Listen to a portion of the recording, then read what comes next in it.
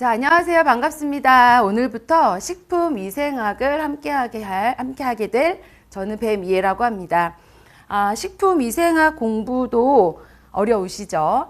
예전에는 이제 식품위생학 하면 어떠한 좀 암기해야 될 게 많은 과목이다. 사실 이렇게부터 덜컥 겁나실 텐데요.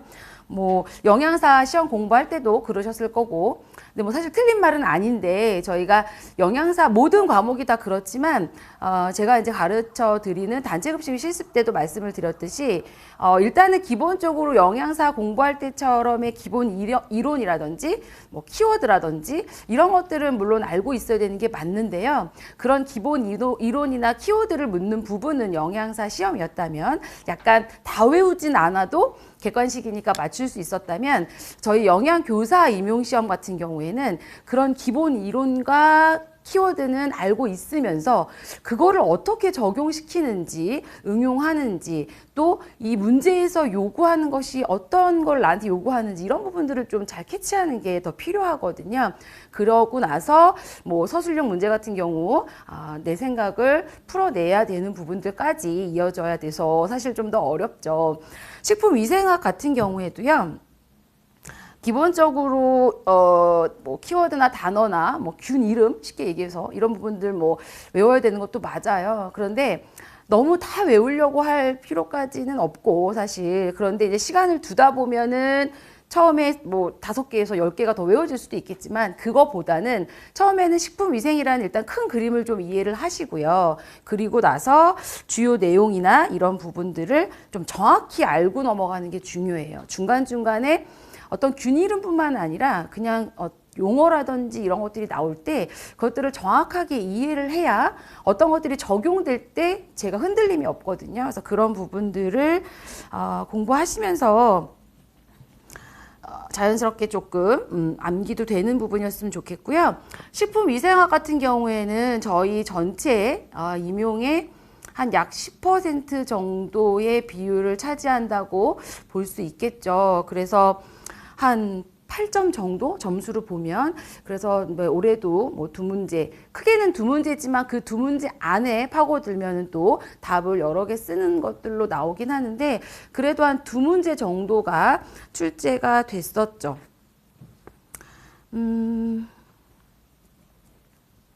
비중이 어떻게 보면은 뭐 단체급식도 그렇고 식품위생학도 그렇고 그 정도기는 한데요.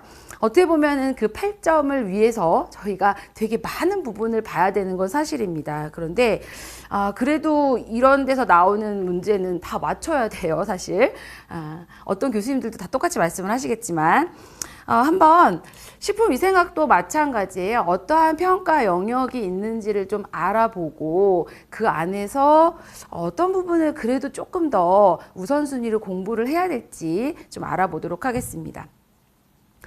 평가 영역은 크게 이렇게 4개로 나뉘어져 있어요. 뭐 공부를 하시면서 아니면은 오리엔테이션 때도 보셔서 아시겠지만 식품위생학은 크게 식품과 미생물이라고 하는 파트가 있고요.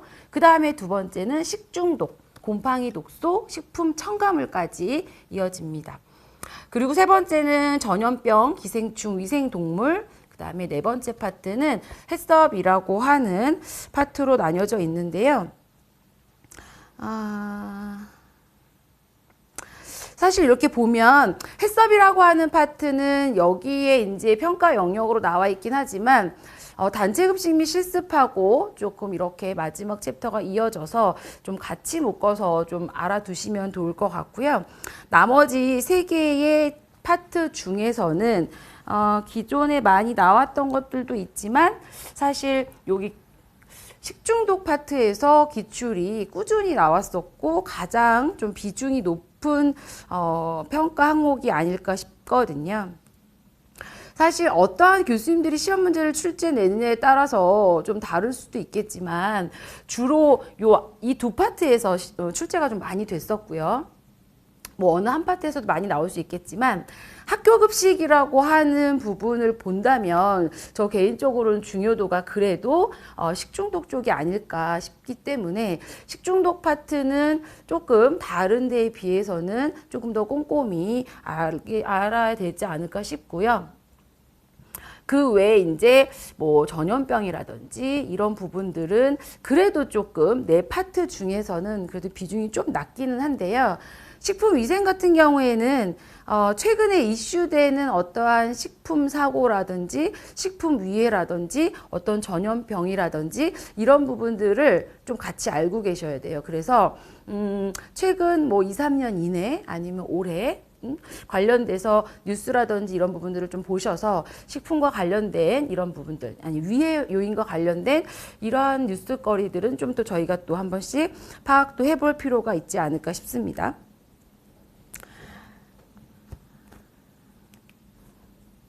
한번 기존에 나왔던 기출 문제들을 큰 챕터 4개로 한번 볼까 하는데요. 평가 영역이 크게 4가지에서도 딱 보시면 아시겠지만 이쪽 파트에서 굉장히 많이 출제가 됐었죠. 다양한 식중독균들이 좀 나왔었거든요. 워낙에 뭐 식중독은 이제는 계절에 관계없이 발생을 할 수 있다 보니까 이거 말고도 이제 뭐 주로 이렇게 좀 다뤄지는 그런 식중독균 말고도 조금 구석구석 나오지 않을까 싶기도 하고요. 그 다음에 식중독에 이제 또 플러스 돼서 첨가물이라든지 이런 부분들도 나왔었고 해서 이쪽 파트를 좀 기출이 많이 됐었어요. 그리고 기존에 그러니까 올해죠. 올해 같은 경우에는 여기에서 다 나왔었죠. 뭐 오염 지표균이라든지 그렇죠? 그다음에 식품의 뭐 초기 부패, 그다음에 뭐 미생 균 검사했는데 뭐 어떻게 판정하는지 관련돼서 아무튼 이쪽 파트에서 많이 다 나왔었고요. 그 다음에 식중독, 이쪽 파트에서 다 나온 게 아니라 이쪽 파트랑 그 다음에 식중독균하고 이렇게 나왔었죠. 그래서 요 두 개에서 다 나왔었는데 사실 올해 시험 같은 경우에는 사실 위생학이 그럴 수 있지만 딱 알면 정확하게 알면 풀 수 있는 문제가 올해는 나왔었죠. 조금 꼬은다든지 응용을 한다든지 어떤 키워드를 보고서 하나 더 꼬아서 알아차려가지고 문제를 푼다든지 이런 부분으로 출제되지는 사실 않았어서 기본적으로 너무 심화되거나 깊이 파거나 구석구석 찐 어떤 식중독균까지라기보단 기본적이고 아주 기초적인 것들을 정확하게 아는 게 필요하지 않을까 싶어요. 그래서 그때도 말씀드렸지만 일단 처음에는 너무 많다 보니까 겁내하시지 말고 아주 쉽게 접근해서 정확하게 아는 게 중요해요. 왜 시간이 지나면 저희가 뭐 집중을 해야 된다, 선택과 집중 이런 키워드 얘기 많이 하잖아요. 내가 많은 것을 대충 알 것이냐, 그럼 왠지 좀 많은 걸 알았으니까 덜 불안하다 이런 느낌이 들 수도 있겠지만 반대로 하나라도 정확히 알자. 그렇게 되면 이 문제가 나왔을 경우에는 아주 정확하게 쓸 수 있는 거거든요. 근데 이제 정확하게 알려다 보니까 양쪽으로 내가 많이 모르는 것 같아서 불안하지만 사실 시험 문제가 그렇잖아요. 두루두루 알아서 여기까지 뭐 많이 알았는데 나오지도 않게 되고 여기에서 딱 이렇게 아주 기초적인 걸로만 딱 2개가 나와버리면 집중해서 정확하게 외우신 분들이 맞출 수 있는 그런 확률이 높은 거죠. 그리고 또 저희가 식품 위생학 같은 경우 그리고 어쨌든 영양 교사가 돼서 현장에서 근무를 하는 데 있어서 더 많이 도움이 되는 부분에서도 뭐 미생물 특히나 어떤 식품의 부패 또 식중독 이런 부분들은 직결되는 부분이다 보니까 조금 더 정확하게 알고 가면 좋을 것 같습니다. 그리고 또 중간중간에도 얘기를 할 수 있겠지만 저희가 어떤 게 문제다, 어떤 게 부패를 일으켰고 어떤 게 변질을 일으켰고 어떤 식중독이 문제를 일으켰어 라는 것도 중요하죠. 원인을 찾아내는 것도 중요한데 저희는 원인을 찾아내고 그거를 관리하고 예방하고 뭐 이런 부분들도 중요하잖아요. 대처법, 관리법. 그렇기 때문에 반드시 무언가의 원인을 찾아내고 그거에 대한 관리법, 대처법까지도 이어서 같이 아시는 게 중요할 것 같습니다. 자, 이렇게 해서 조금 가볍게 봤고요.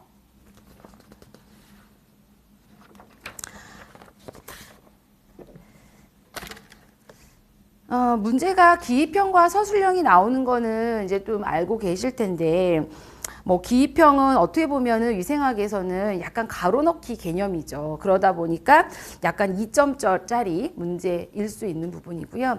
이런 부분은 그렇다 보니까 정확하게 그 단어를 모르면 어렵죠. 그래서 사실 균 이름이라든지 어떤 내용들이 영어로 나온 것들이 많죠. 그러면 영어로 외우시는 게 편하신 분들은 영어로 외우셔서 정확하게 외우시고요. 한글로 하시는 게 편하신 분들은 일단 처음에 한글로 접근을 하세요. 그래서 한글로 외우시다가 영어를 좀 써보셔도 되고요. 이게 보면은 영어로 써 있는 부분이 그대로 읽혀지는 게 많기 때문에 사실 영어로 외우시는 게 좀 외우기는 더 편하실 수가 있거든요. 근데 그거는 각자의 방법대로 하시고요. 시험에다가 답을 쓰실 때도 영어로 쓰든지 한글로 쓰든지 정확하게만 쓰시면 되기 때문에 그렇게 기입형은 이제 그런 식으로 외우셔야 될 거고, 서술형 같은 경우에는 아무래도 아까 말씀드렸듯이 중요한 키워드도 키워드지만 이게 왜 그러는지, 그쵸? 또 그다음에 뭐 때로는 이거를 관리하는 방법까지 이어서 그 개념을 좀 이해를 하셔야지만이 나만의 문장으로 쓰실 수가 있을 거예요. 자, 그런 부분들은 이제 차차 연습해 보도록 하겠습니다. 저희 교재로는 195쪽이 되겠습니다. 제1장 식품위생관리 부분을 한번 볼 건데요. 식품위생관리 부분에서 보면 그래도 어쨌든 위생관리의 뒤에서 할 부분들을 총 아우러서 큰 그림을 좀 설명하고 있기 때문에 여기에 나오는 기본적인 개념과 용어와 이런 부분들은 함께 정확하게 알고 내 걸로 만드실 필요가 있을 것 같죠. 식품위생 관리를 보면요. 식품위생이 일단 개요 부분하고 그 다음에 저희 평가 영역에도 있었던 식품과 미생물, 그쵸? 미생물의 종류에는 어떤 것들이 있고 그 종류들은 어떠한 특성들을 가지고 있는지 알아야 되겠죠. 그리고 식품의 변질과, 그쵸? 그 다음에 위생 관리. 그러니까 결국 변질이 되는데 얘를 방지하기 위해서 변질되는 거 이런 것들을 방지하기 위한 그런 방지법까지 같이 다룰 거고요. 뭐 보존하는 방법 뭐 이런 거. 그리고 소독과 살균에 대한 얘기를 하게 됩니다. 이제 미생물을 알게 됐고 그러면 걔네들을 살균 소독하는 방법이라든지 뭐 이렇게 이어서 알면 되겠죠. 그래서 식품과 미생물이라고 하는 약간 평가, 첫 번째 평가 영역에 대한 내용을 제1장에서 다루고 있습니다.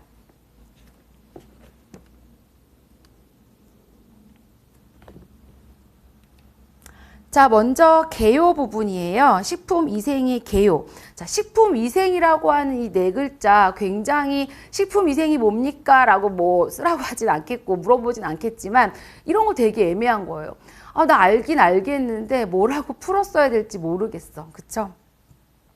사실 국어사전에는 식중독과 같은 음식으로 인한 피해를 미리 방지하기 위한 위생활동 뭐 이런 식으로 써 있단 말이에요. 자, 들어도 무슨 말인지 알겠고 틀린 말이 아닌 것 같아. 그런데 저희는 이제 우리나라에서 식품위생법에서 제시한 정의가 있고요. 그 다음에 WHO 세계보건기구 환경위생전문위원회 쪽에서 그 WHO 안에서 정의한 내용이 있습니다. 그래서 이 두 개의 내용을 알고 넘어가는 게 중요한데요. 일단 식품위생법에서 나온 우리나라에서 정의한 식품위생은 어떤 것을 대상으로 하고 있느냐가 약간 포인트예요. 식품위생이다 보니까 약간 식품위생법에서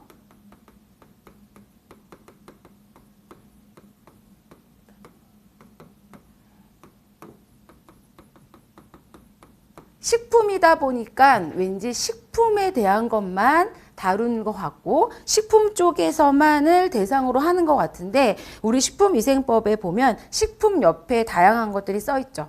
식품 첨가물, 또 기구 또는 용기, 포장 이런 것까지도 다 대상으로 하고 있다라는 게 여기서는 포인트입니다. 그래서 식품위생법에서의 식품위생은 식품뿐만 아니라 식품에 들어가는 첨가물, 그 다음에 식품을 다루는 기구, 용기, 포장 이런 것까지를 다 대상으로 두어서 음식에 관한 전체적인 위생을 말한다고 하고요. 세계보건기구에서 얘기하는 식품위생이라고 하는 건 이제 영어로 된 거를 한국말로 번역을 하다 보니까 예를 들어 식품의 생육, 가로 열고 재배라고 이제 영어의 단어는 한국말로 번역하기가 되게 애매한 것들이 많잖아요. 그래서 이제 이게 뭐 그루스 이렇게 써 있다 보니까 이렇게 표현이 될 건데 식품의 생육 재배부터 얘를 생산하고 제조하고 최종적으로 사람이 섭취하기까지의 모든 단계. 왠지 느낌이 저희가 다루고 있는 어떤 키워드 떠오르죠?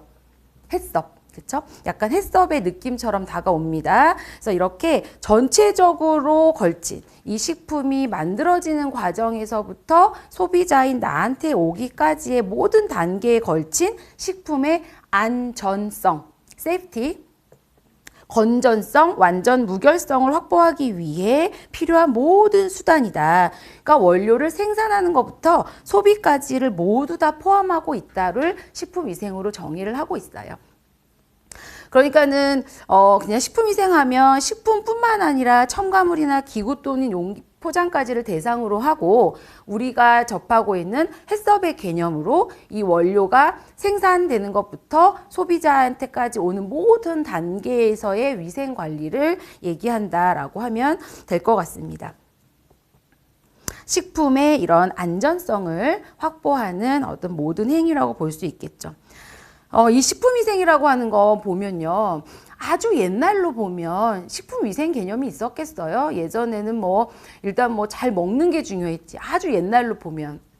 그렇기 때문에 옛날로 보면 그런 거잖아요. 내가 만든 거 내가 먹었고 자급자족했던 시대이기 때문에 뭔가 탈날 걸 내가 안 먹었겠죠. 그런데 지금은 보면 생산자하고 소비자가 같지 않죠. 그 개념이 지금 방금 얘기한 해썹에서의 개념처럼 원료의 생산부터 소비 단계까지를 보게 된 개념이 생산자하고 소비자가 다른 요즘 현실의 이 식품 과정을 보면 내가 만든 거면 내가 믿고 먹겠지만 내가 만드는 걸 이제 남이 만들어 주잖아요. 그쵸? 근데 예전에는 그냥 어떠한 식재료로서 내가 사서 만들었다면 요즘은 이제 그것들이 다 간편식으로까지 만들어져서 아니면 내가 먹을 수 있는 음식까지 만들어져서 섭취를 하다 보니까 쉽게 말하면 얘를 못 믿는 거지. 그쵸? 그래서 얘가 탄생되기 전까지를 관리하는 그런 개념들이 생긴 거고 그러다 보니까 예전에 비해서 아주 예전에 비해서 식품위생이라고 하는 것들이 중요하게 되고 생기게 되는 거죠.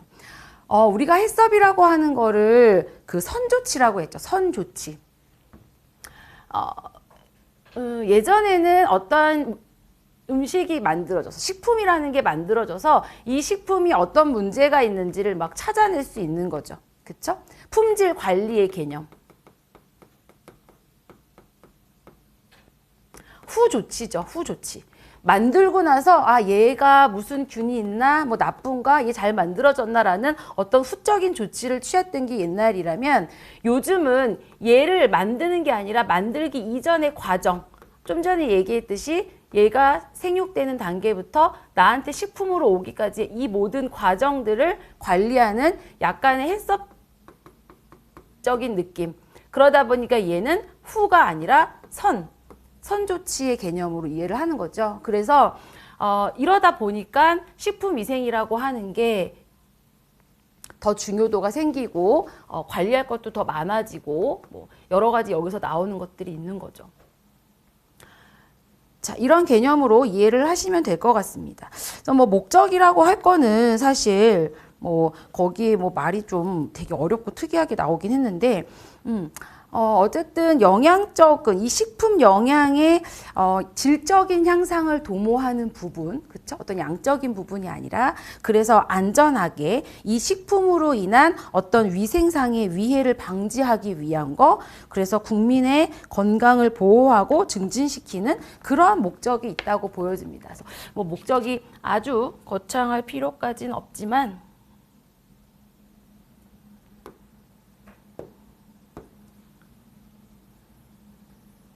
목적을 좀 편하게 한번 정리를 할게요. 식품 영양의 질적 향상이에요. 질적 향상. 질적 향상 도모. 그 다음에 그다음에 식품으로 인한 위해 방지.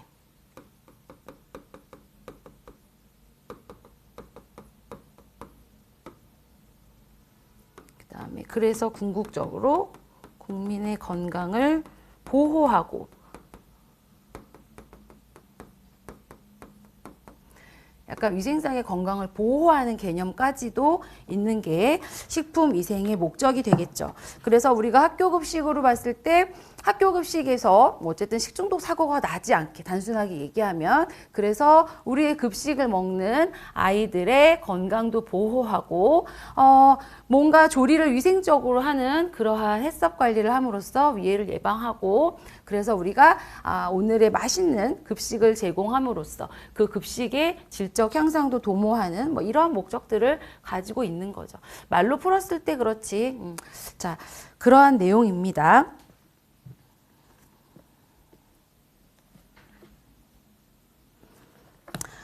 자, 그렇다면 식품에 이렇게 위해를 방지한다고 했는데 자, 이 위해라고 하는 거를 이제 좀 알아보도록 하죠. 위해. 해를 끼칠 수 있는 그러한 요인들이거든요. 그랬을 때 우리는 해썹에서의 앞글자를 따가지고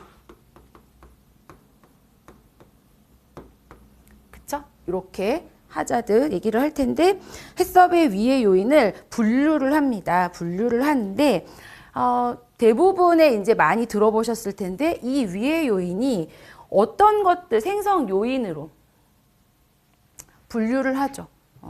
어떻게 얘네들이 생겼는지에 따라서 분류를 하는데 많이들 우리 보통 이제 식품위생을 공부할 때 초심을 가지고 책의 앞장을 보면 가장 처음에 나오는 얘기이기 때문에 모르실 수가 없을 텐데요.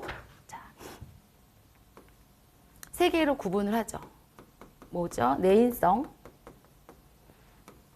외인성,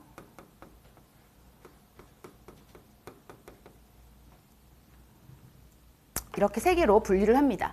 자, 내인성, 외인성, 유기성이라고 얘기를 하죠. 말에서도 느껴지시겠지만 생성 요인이에요. 자, 내인성. 내자잖아요. 안에 내자. 그러니까 식품 그 자체가 함유를 하고 있는 거죠.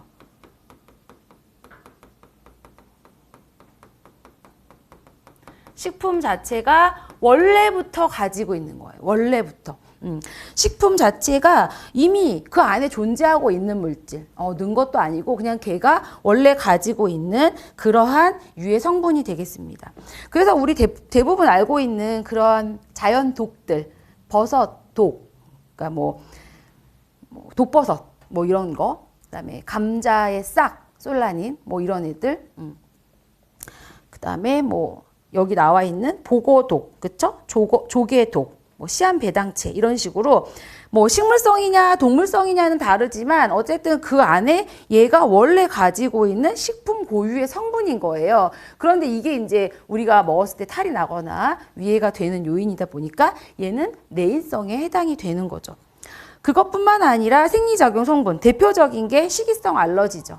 이 식품이 원래 가지고 있는 거예요. 그런데 이걸 가지고 내가 먹었을 때 알러지가 일어나는 거지. 알러지가 있기도 하고 없는 사람도 있고 하지만 어쨌든 식품 자체가 가지고 있는 이런 요인은 내인성 요인으로 분류가 됩니다. 그렇다면 반대로 외인성. 뚜렷하게 구분이 되겠죠? 외인성, 외부. 이거는 외부에서 혼입된 거예요.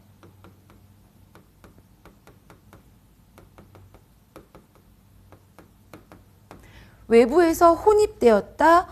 대부분이 외인성이 많아요. 저희가 이제 이렇게 볼 때는 외인성이 대부분 많이 차지하고 있는데, 왜냐면 우리가 알고 있는 이제 식중독이라든지, 이런 부분들, 곰팡이독, 뭐 이런 것들이 외인성이 되는 거고, 또 인위성이라고 하는 건 뭐 좀 의도적으로 넣었던 식품 첨가물이라든지, 사실 식품 첨가물이라고 하는 건 합법적인 거죠. 어떻게 보면. 그거의 용량과 용법 이런 것들 잘 지켰을 때는. 그런데 이제 이게 너무 과했을 때 문제가 되는 부분이라 의도적으로 넣지 말아야 될 대상에 넣었다든지 과량을 넣었다든지 이런 부분들로 생길 수 있는 문제점들. 이럴 경우 또 식품에 넣으면 안 되는 첨가물들. 이런 애들 인위적으로 넣은 외인성 위의 요인이 될 거고요. 뭐 잔류 농약. 그쵸? 방사 물질 뭐 이런 거 아니면 기구 용기 포장해서 용출될 수 있는 그런 용출물들 이런 애들이 외인성 위의 요인이 되겠죠. 자, 그렇다면 이제 두 개는 구분이 됐고요. 그 다음에 유기성. 유기성이라고 하는 거는 식품을 제조하고 가공하고 저장 조리하는 그 과정 중에서 생긴 거.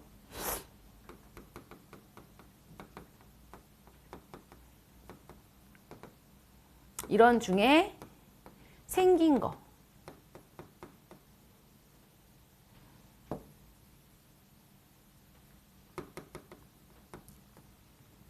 그런 중에서 생성된 거예요. 그러다 보니까는 뭐 좀 애매하죠. 이거는 뭐 원래 있진 않았는데 조리를 하는 중에 생기는 것들이 대부분 많이 있죠. 대표적인 게 우리 이제 뭐 그 숯불에다가 고기 구우면 그쵸? 타는 성분들 그러니까 타지 않더라도 생겨 그냥. 근데 이제 이게 타게 되면 더 많이 생기는 그러한 뭐 벤조피렌 아니면은 햄 제조할 때 생기는 그러한 발암 물질 니트로아사민 그런 거. 그 다음에 여기 나와 있는 뭐 아크릴아마이드 이런 것들은 뭐 전분식품, 감자 이런 것들 고온으로 조리했을 때 생길 수 있는 그런 독성 물질들 뭐 이런 부분들이죠.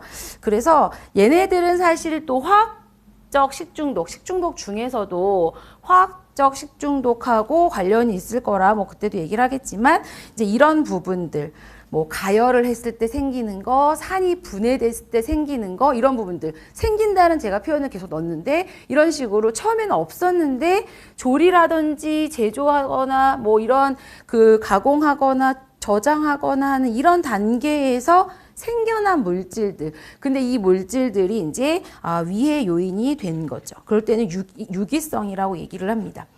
근데 이거는 이렇게 보면 구분하긴 쉽잖아요. 자, 자체에 함유하고 있어. 얘가 원래 가지고 있어. 내인성이래. 자, 외부에서 들어왔어. 그럴 경우엔 외인성이래. 없던 게 이러한 과정 중에 생겼대. 그러면 유기성이에요. 그쵸?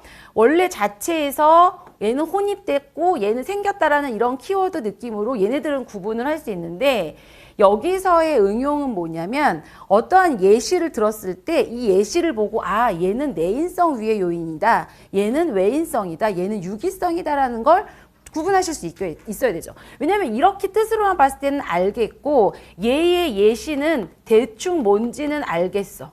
방금 얘기한 것처럼 그쵸? 대표적으로 뭐 독버섯이네 보거에 있는 보거네 그쵸? 얘는 뭐 식중독이네 이런 것들 얘는 음식 했을 때 만들어지는 그런 것들이 알겠는데 이제 응용을 봤을 때 구분을 할 수 있어야 돼요. 그래서 제가 자료 올려드린 부분에서 저희 형성평가로 조금 응용을 해보고 넘어가도록 하겠습니다. 형성평가 자료를 보시면 스텝 3번에 있어요. 스텝 3번에 식품의 위의 요인을 내인성, 외인성, 유기성으로 구분하시오 이렇게 했죠. 자, 찾으셨나요?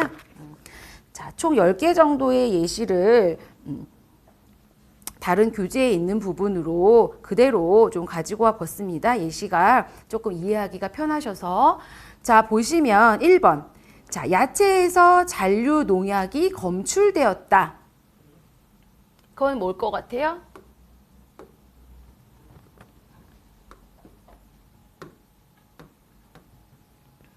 아이고. 오기가 싫은가 봐요, 칠판이. 자, 잔류 농약이 검출되었다. 외인성이죠, 외인성. 왜냐하면 잔류 농약이다 보니까 그렇죠? 잔류 농약이라고 하는 게 외부에서 들어온 농약 부분이 남아있는 부분인 거기 때문에 외인성. 두 번째, 보거 중에 보거독인 테트로톡신이 검출되었다. 보거독이 검출되었대요. 이거는 그쵸? 내인성이죠. 보거에 독이 있는 거니까, 물론 저희가 이제 이 독을 제거하고 사실은 먹는 부분인 거지만 어쨌든 있는 상태로 먹으면 안 되잖아요. 가지고 있는 보거가 가지고 있는 독이기 때문에 내인성이고요. 3번 두부를 만드는 과정 중에 일부 가열이 불충분해서 이 두부 안에 가지고 있는 이 트립신 인히비터가 말도 안 돼. 잔존해서 설사를 일으켰다. 말이 애매해요. 잔존이라는 키워드를 보셔야 돼요. 잔존했대. 그러니까 가열을 불충분하게 해가지고 두부 만드는 과정 중에 있는 애가 잔존을 했잖아요. 내인성이에요. 원래 생두부가 가지고 있는 이 물질이 이제 가열을 잘했으면 없어질 텐데 가열을 불충분하게 해가지고 아직 남아 있는 거예요. 그러니까 생두부가 원래 가지고 있는, 그러니까 생콩이 가지고 있는 성분이기 때문에 내인성에 해당이 되는 거고요. 4번 산분해 간장을 만드는 염산의 산분해 과정 중에서, 그쵸? 산분해라고 하는 키워드에서도 느껴지지만 과정 중에서 니트로사민이 만들어졌다. 그쵸? 예. 니트로사민을 들어도 알겠지만 만들어졌다라는 부분에서도 알 수 있는 걸로 유기성이 되는 거고요. 5번 가스불에서 고기를 익힐 때와 숯불에서 익힐 때 발생하는 발암 물질의 양의 차이가 났다. 그쵸? 유기성이죠. 자, 6번. 예전에 사건이 있었던 것 때문에 그런 것 같아요. KFC에서 사용하는 소스에서 수단 1호 색소가 발견되었다. 이는 소스 중에 첨가되는 우스타 소스에서 유래되었다.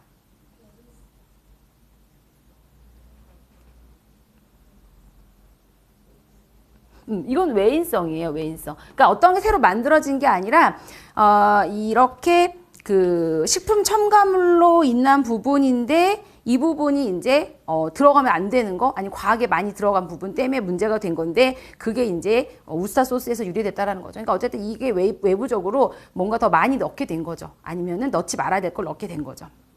자, 7번 환원균에 오염된 조리사가 조리한 음식을 먹은 사람에게서 식중독 증상이 나타났다. 이건 뭘까요? 외인성이죠. 외인성. 그쵸. 환원균, 뭐 손에 상처가 났을 때 나는 어떤 고름 같은 개념, 그거에 오염된 조리사가 조리한 음식, 여기에서 이제 이걸 먹은 사람들이 식중독. 그래서 우리가 학교 급식에서 손 상처 나신 분들한테서 절대 조리를 못하게 하는 게 이 이유인 거죠. 그쵸? 포도상 구균 때문에는 거니까 이런 식중독, 이런 부분들은 외인성이 되는 거고요. 8번, 곰팡이가 자란 공유식품을 먹고 사람들이 집단으로 이상 증상을 보였다.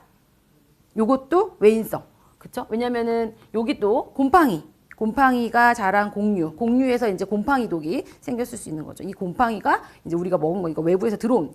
자, 9번. 여름철에 충분히 익힌 조개를 먹고 사람들이 이상 증상을 일으켰다. 똑똑하신데요? 자, 내인성입니다. 자, 충분히 익힌 조개. 잘 익혔는데 그럼 익힌 데서는 문제가 없고 다 균이 없어졌을 것 같은데 이 조개가 원래 가지고 있는 어떤 조개 독에 의한 부분일 수 있죠. 반대로 10번 여름철에 죽은 지 6에서 9시간이 지난 날조개를 먹고 사람들이 설사 증세를 일으켰다. 요건 이제 외인성이 되는 거죠. 그쵸? 예. 날조개가 이제 죽은 지 6에서 9시간 되면서 세균에 이제 번식을 해서 그 세균 때문에 식중독 이런 개념으로 외인성이겠죠. 자, 이렇게 해서 사실 개념을 알 것 같지만 이런 식으로 뭔가 풀어놨을 경우에는 이게 또 내인인지 외인인지 그쵸? 유기성인지 좀 구분하기가 어려울 수도 있습니다. 자, 이렇게 해서 식품의 위의 요소가 어떻게 생성 요인이 무엇인지에 따라서 이렇게 세 가지로 구분을 해봤고요. 그렇기 때문에 이런 거는 뭐 다시 보지 않고 이 시간에 개념을 딱 한번 정리를 해두실 필요가 있을 것 같아요. 근데 제가 아까도 말씀드렸듯이 자, 위의 요인이 이랬어. 알겠어. 여기까지는. 그러면 우리는 위의 요인을 알겠으니까까지가 아니라 얘네들을 관리하는 게 사실 더 필요한 거잖아요. 그쵸? 얘네들의 관리 방법이 어떠냐라는 거죠. 자, 내인성이에요. 내인성은 식품 자체가 가지고 있는 거였어요. 그럼 얘를 방지하려면 어떻게 하면 될까요? 그쵸? 그 식품을 안 쓰면 돼요. 그쵸? 그 식품을 안 쓰면 돼. 독이 들어있는 독버섯 안 쓰면 돼요. 뭐 독이 들어있는 보거 그 부분을 그 유해 요인 부분을 제거하면 돼요. 유해 요인 부분을 제거. 아니면 그 식품을 안 쓰거나. 근데 이거는 이제 이 식품을 안 쓰는 것 자체가 일단 우선이에요. 그렇죠? 그걸 안 쓰면 되는 거예요. 좀 어떻게 보면 관리 방법이 좀 쉬울 수 있는 거죠. 두 번째, 외부에서 들어왔어. 혼입됐어. 우리 대부분 이제 식중독 관리 때문에 이 부분이 들어가겠죠? 요건 어떻게 하면 되죠? 얘는 어떻게 관리하면 좋을까요? 조심해서 써야겠죠? 조심해서? 조심해서 관리를 해야 돼요. 어떻게? 위생적으로. 대표적으로 우리 교차오염 관리를 한다든지, 위생 관리하는 부분들, 급식에서 햇석 관리하는 거, 중심 온도 체크한다든지, 생채소 소독한다든지, 우리 햇섭이라든지 했던 그 안에 들어가지는 그러한 관리 방법들이 여기에 들어가겠죠. 자, 그러면 유기성. 유기성을 조심하려면 어떻게 해야 될까요? 되게 애매할걸요. 그쵸? 어렵고. 굳이 얘기를 하자면 조리 방법을 바꾼다? 이런 것들? 조리 방법 변경. 그러니까 예를 들면, 아까도 이렇게 숯불에 구운 고기, 팬에 구운 고기. 근데 고기를 구우면 니트로사민이 생길 수 있는 부분인데 더 많이 생겨서 발암물질이 생겼을 때. 근데 알겠어. 그런데 구운 고기 맛있잖아요. 그쵸? 그냥 찐 고기랑 구운 고기, 그러니까 쉽게 생각 그런 거예요. 맛있잖아. 포기할 수가 없는 부분인 거죠.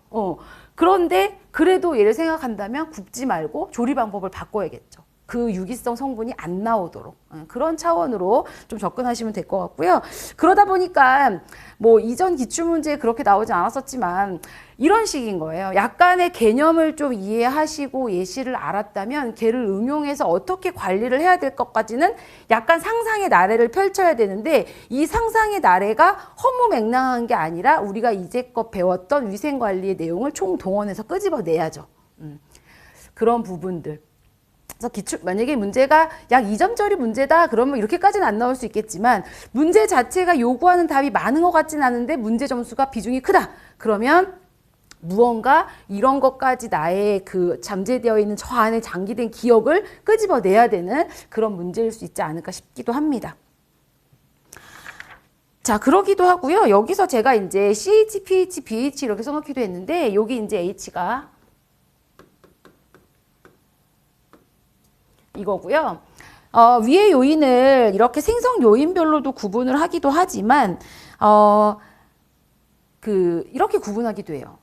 화학적 위의 요소냐, 물리적 위의 요소냐, 생물학적 위의 요소냐라고 분류하기도 해서 간혹 이렇게 줄임말로 CH, pH, BH라고 봤을 때의 위의 요인이 나오면 자, 화학적, 케미컬, 그쵸? 물리적, 피지컬, 생물학적, 바이올로지컬 해가지고 이렇게 보는 것도 구분하실 필요가 있어요. 그래서 이제 화학적이라고 하면 이제 중금속, 독성분 이런 것들, 그다음에 그러니까 독성분, 자연독, 이런 보고독 이런 독성분, 농약, 위에 유해 첨가 물질, 이런 부분들이 다 화학적으로 무언가 우리에게 위해 요소를 주는 부분들. 물리적이라고 하는 건 약간 조금 딱딱하거나 이런 날카롭거나 하는 그런 요소들로 우리를 위해시킬 수 있는 것들. 돌멩이, 유리, 곤충 사체, 머리카락 이런 부분들은 이제 물리적인 느낌. 그리고 이제 생물학적인 거는 이제 식중독균 이런 거, 바이러스, 곰팡이 이런 것들이 이거든요. 그러다 보니까 이렇게 내인성, 외인성, 유기성으로 구분했을 때랑 CH, pH, BH로 구분했을 때랑이 좀 섞이죠. 그래서 이 두 개의 개념을 좀 구분하시는 게 좋고, 우리가 이제 급식 관리, 어떤 영양교사로서의 이 위해 요인에서의 중요한 부분이라고 하면 BH겠죠. 여기에 이제 식중독 개념이나 그 생식재료 관련된 부분이나 이런 것들이 여기서 다뤄지는 부분이다 보니까 우리가 식품 안전, 식품 위생 이런 부분들을 얘기하는 어떠한 목표이기도 하기 때문에 저 BH가 조금 중요한 위해 요인이 되지 않을까 싶은 생각을 합니다. 그래서 이렇게 식품의 위해 요인에서는요, 방금 말씀드렸듯이 생성 요인별로 이렇게 분류가 된다라고 하는 거, 그래서 어떻게 관리를 하면 좋을지 이런 부분들로 이렇게 의미를 정리하시면 될 것 같아요. 자, 그 다음에 나와 있는 독성 시험 부분은 사실 이제 식품 첨가물에서 좀 다루는 게 더 좋을 것 같아요. 그래서 그 196쪽의 독성 시험 이 부분은 저희가 253쪽에 식품 첨가물을 다룰 때 그때 더 합쳐가지고 그때 한 번에 설명을 하도록 하겠습니다. 이때 이렇게 이어가면 별로 이렇게 내용이 좀 그럴 것 같아서 뒤로 식품 첨가물 쪽으로 패스를 하도록 할게요. 자, 그 다음에는 두 번째 소주제로 식품과 미생물이라고 하는 얘기를 다뤄보도록 하겠는데요.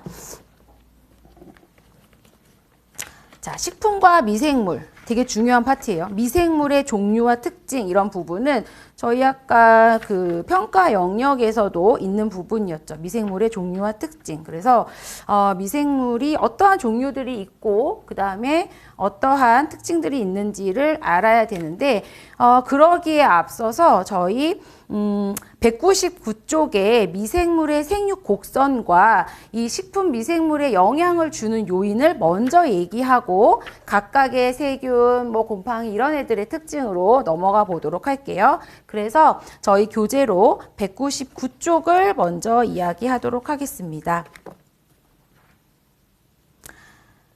자, 먼저 나오는 게 미생물의 생육 곡선이에요. 자, 미생물의 생육 곡선 2016년도인가요? 기출이 한번 나온 적이 있었습니다. 그래서 이 그림도 같이 이런 식으로 간단하니까 조금 메모하셔가지고 보시면 좋을 것 같은데요.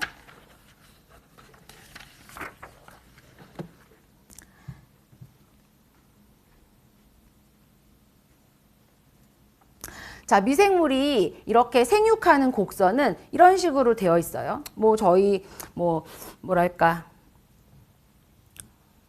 처음에 이렇게 조금 완만하다가 훅 올라가고요. 멈췄다가 떨어집니다. 자, 이러한 그림을 가지고 있기 때문에 생육 곡선이 크게 4단계로 구분이 되어 있는데 일단 단계 이름도 아셔야 될 거예요. 2016년도에 이 단계의 이제 이름도 물어보는 부분도 나왔어가지고 첫 번째는 시간이 지남으로써예요. 이제 X축은 시간이 지날수록 어쨌든 생균수를 보는 건데 처음에는 유독입니다. 뭔가 눈으로 봤을 때 완만하죠. 균이 늘어나는 느낌이 안 들어요. 세균수가 증가하지 않는 단계, 유도기. 우리 유도기 하면은 뭔가 좀 이렇게 끌어당기는 것 같고 뭔가 유도하는 느낌 드는 그런 단어로 보이는데 이때는 이 미생물들이 이 환경에 좀 적응하는 기간이에요. 적응하는 그러한 기간. 그러다 보니까 세균수는 보다시피 증가하지 않아요. 특징이. 증가하지 않고 그 나한테 필요한 것들을 재합성하거나 만들거나 뭐 크기가 커지거나 그 환경에 적응해서 그렇게 조금 변화하고 있는 그런 단계라고 보시면 돼요. 그래서 이 단계에서는 우리가 관리를 잘하면 세균이 자라는 어떠한 그 시기를 연장시킬 수가 있어요. 그러니까 시간이 지날수록 얘가 안 자랄 수는 없는데 우리가 이 시기에 위생 관리를 잘하면 요쯤 와가지고 요 시간대에 늘어날 수 있는 이 유도기를 기간을 늘릴 수 있다는 거죠. 그래서 보면 우리가 식품 위생 관리 언제 좀 더 관리를 해야 되느냐 봤을 때 유독이에요. 이미 이렇게 지금 보면 완전히 우리 막 기하급수적으로 막 이런 얘기 하잖아요. 대수적으로 막 이런 표현 하는데 이미 여기까지 이렇게 증가될 때는요. 답이 없어요. 관리를 해도 힘들어. 그렇기 때문에 이렇게 증가되기 전에 요때 관리가 이루어져서 무언가 이렇게 대수기로 올라가는 이 시간을 늘려야 된다는 거죠. 그래서 실제 미생물이 생육하는 생육 곡선에서 우리가 관리를 좀 해야 된다. 집중적으로 신경 써야 된다라고 하는 그런 시기를 보면 이 유독이다라고 볼 수 있어요. 그래서 이 시기에 위생관리를 잘하면 이 유독이 시기를 연장시킬 수 있다라고 하는 거죠. 이 유도기를 연장하는 방법이 뒤에 이제 앞으로 배우겠지만 어떤 보존법, 그쵸? 보존법들을 맞춰서 여기를 하게 되면 이 유도기를 연장시킬 수가 있는 겁니다. 자, 그 다음에 이제 유도기를 지나고 나면 대수기. 이때는 이제 세포가 증식이 왕성하게 막 일어나는 거죠. 이제 뭐 계속 이제 늘어나는 거예요. 그래서 뭐 여기 나와 있듯이 기하급수적으로 증가하는 시기죠. 보통 대수적으로 증가한다 이런 얘기 많이 하거든요. 2의 n승분 막 이렇게 증가하는 얘기 하잖아요. 그래서 대수적으로 늘어난다. 대수기.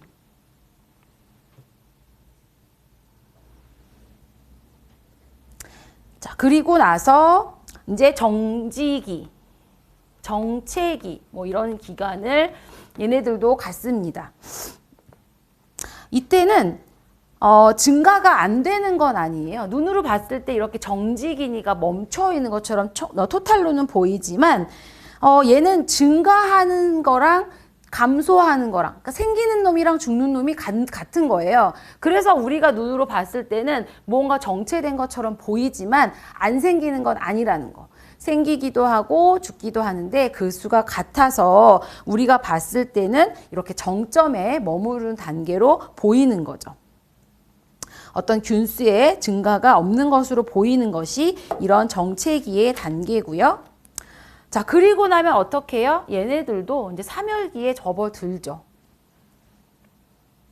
자기네들이 만들어낸 어떤 유해 대사산물이라든지 뭐 자기 소화라든지 이런 걸로 인해서 균수가 줄어드는 겁니다. 그러다 보니까는 전체적으로는 봤을 때 균수가 감소하는 이런 시기죠.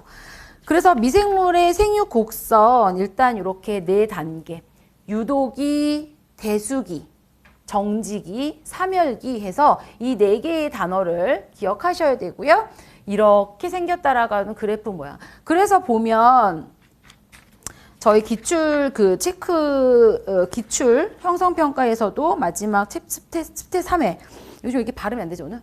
스텝 3회도 그림을 살짝 보여드렸지만 이게 이제 기출에 나왔던 부분인데 이런 식으로 이거는 제시하지 않고 그림만 이렇게 간단하게 제시를 일단 하는 거예요. 그러다 보면 자, 여기가 어느 구역인지 여기가 어느 구역인지 그래프가 워낙에 뚜렷하게 나와 있는 부분이기 때문에 이 4개의 구역을 애매하게 보여지지도 않아요. 사실 시험 문제라고 하는 건 출제하신 분들도 답이 애매하게 여러 가지가 나올 부분들을 내지를 잘 않죠. 그런데 내고 나서 보니까 답이 여러 개일 것 같은 어떠한 그런 경우도 생기긴 하겠지만 그래도 몇 문제 안 내는데 사실 중요도 하고 무언가 애매하지 않은 예를 들어 아까 내인성, 외인성, 유기성에서도 굳이 한다면 유기성 같은 건 안 내는 거지. 왜냐면 애매하니까 여러 가지가 나올 수 있는 부분이라서 뚜렷한 부분들이 되어져 있는 부분들이고 사실 굉장히 저희가 위생관리나 식중독이나 이런 부분에서도 중요한 파트이기 때문에 이런 부분들은 뚜렷하죠. 그래서 4개의 그 곡선의 구간이 정확하기 때문에 딱 여기도 가라는 구간을 짚었잖아요. 가라는 구간은 대수기예요. 그래서 대수기, 세포나 미생물들이 기하급수적이고 대수적으로 증가를 하는 그런 기간이잖아요. 곡선 구간. 그래서 이 대수기라고 하는 것도 찾아낼 수 있어야 되고 아까도 얘기했지만 이 유도기 때 위생관리를 하면 이 대수기로 오는 시간이나 이런 걸 좀 늘릴 수가 있어서 우리가 위생관리를 해야 되는데 이 대수기 때는 이미 균이 많이 증식해버리는 거죠. 그래서 여기서 나오는 게 위험 온도 범위. 우리 차가운 건 차갑게, 뜨거운 건 뜨겁게 여기를 벗어난 구간인 거죠. 미생물들이 아주 좋아하는 구간. 그러니까 여기서는 관리 이렇게 되지 않게 하려면 5도씨 이하, 그쵸? 우리 보통 57도씨 이상이라고 하는 그 관리. 근데 이제 책에서 보면 나중에 시험 문제 이제 이런 부분이 나오면 우리가 다 그렇지만 어느 거에 근거해서라고 하는 말이 있잖아요. 그래서 만약에 학교 급식 위생관리 지침서에 근거한다고 하면은 사실 57도라고 하는 숫자가 정확히 맞을 거고 교재에는 그렇게 나오는 것들도 많은데 때로는 위생의 이론서들은 60도를 얘기하는 부분들도 많아요. 근데 이제 이렇게 어떤 미생물적인 이론적인 걸 얘기할 때는 5도 이하, 60도 이상 이렇게, 그러니까 5도와 60도를 얘기하는 부분들도 맞아요. 그래서 만약에 문제에 어떤 걸 근거하는 식품위생법, 식품위생 학교급식 위생 지침서라는 부분이 나왔을 경우에는 57도, 그렇지 않을 경우에 60도이기 때문에 그것도 좀 참고를 하시는 게 좋을 것 같습니다. 그래서 딱 이렇게 보면 요 기간, 대수기구나. 요 때는 그러면 그 위험 온도대라고 하는 5도와 57도, 때로는 60도 요 기간에서 위험 온도대이기 때문에 요 기간을 벗어나게 아주 차갑게 냉장 보관을 하든지 따뜻하게 보관을 하든지 그렇게 해야 되는구나라는 부분까지 우리가 이제 찾아내거나 응용을 할 수가 있어야 되는 거죠. 그리고 여기서 하나 더 붙일 거는 유독이라고 하는 부분, 오히려 이 대수기가 되지 않게 하기 위해서 방금 말씀드렸던 위험 온도 기간, 온도를 범위를 주의하자는 거지, 여기서 그렇게 하자는 게 아니라 이렇게 되지 않게 하기 위해서 이 단계에서 그렇게 해야 된다는 부분인 거고요. 이 정지기는 세균이 증가하거나 늘어나는 게 아닌 게 아니라 늘어나기도 하고 죽는 애도 있기 때문에 눈에 이렇게 보인다라고 하는 그 정도의 내용을 같이 이해를 하시면 될 것 같아요. 자, 미생물들이 미생물 성장에 영향을 주는 어떤 요인들이 되게 여러 가지가 있죠. 이 부분들은 조금만 쉬었다가 진행하도록 하겠습니다.